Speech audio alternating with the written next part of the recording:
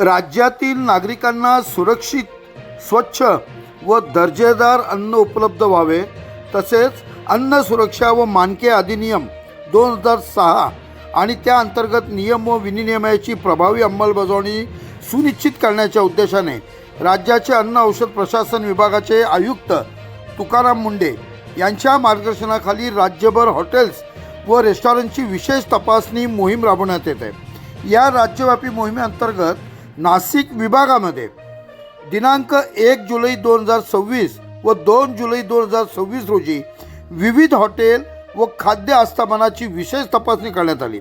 या कालावधीत एकूण 20 आस्थापनाची तपासणी करण्यात आली असून तपासणी दरम्यान अन्न सुरक्षा नियमांचे उल्लंघन करणाऱ्या आस्थापनावर कायद्यातील तरतुदीनुसार कठोर कारवाई करण्यात आलेली आहे।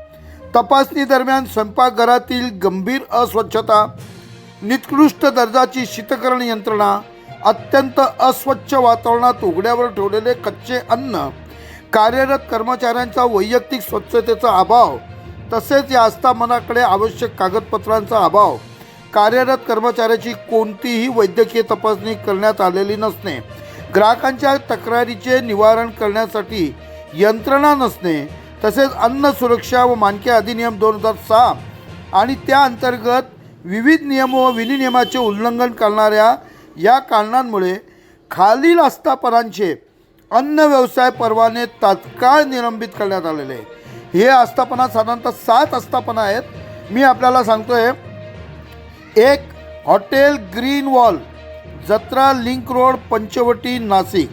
दुसरी हॉटेल राधिका, द्वारका, नाशिक। तिसरा hotel crown palace, Peth road, Panchavati, Nashik. चौथा hotel Trimurti, Ajanta road, MIDC, Jalgaon. Jadhav restaurant, Nandurbar. Lakshmi hotel, Sinnar. Hotel Bhanu 7व्या नंबरचं, जळगाव। तसेच यापूर्वी देण्यात आलेल्या सुधारणा नोटीसमधील त्रुटींची निर्धारित मुदतीत पूर्तता न केल्यामुळे 2 आस्थापनांचे परवाने निलंबित करण्यात आलेले, ते म्हणजे एक हॉटेल जय, साकेगाव शिवार, भुसावळ व दुसरं Gajanan canteen, medical college campus परिसर, धुळे।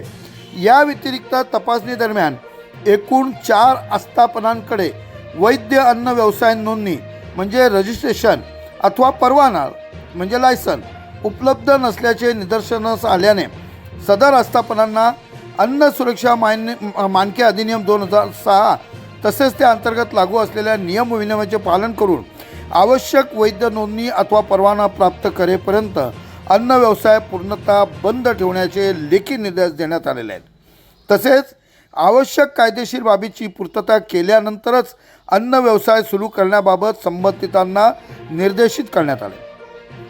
अन्न व औषध प्रशासन विभाग नागरिकांच्या आरोग्याच्या संरक्षणात सर्वोच्च प्राधान्य देत असून अन्न सुरक्षा नियमाचे उल्लंघन करणाऱ्या कोणत्याही अन्न व्यावसायिकास कोणतीही सवलत दिली जाणार नाही। नाशिक विभागात सुरू असलेली ही विशेष तपासणी मोहीम पुढेही व्यापक स्वरूपात सुरू राहणार असून सर्व हॉटेल, रेस्टॉरंट, मिठाई दुकाने व इतर अन्न व्यावसायिकांनी स्वच्छता, सुरक्षित अन्न उत्पादन, साठवणूक, हाताळणी, विक्री याबाबत अन्न सुरक्षा मानके अधिनियम 2006 तसेच त्या अंतर्गत नियम व विनियमाचे काटेकोर पालन करावे।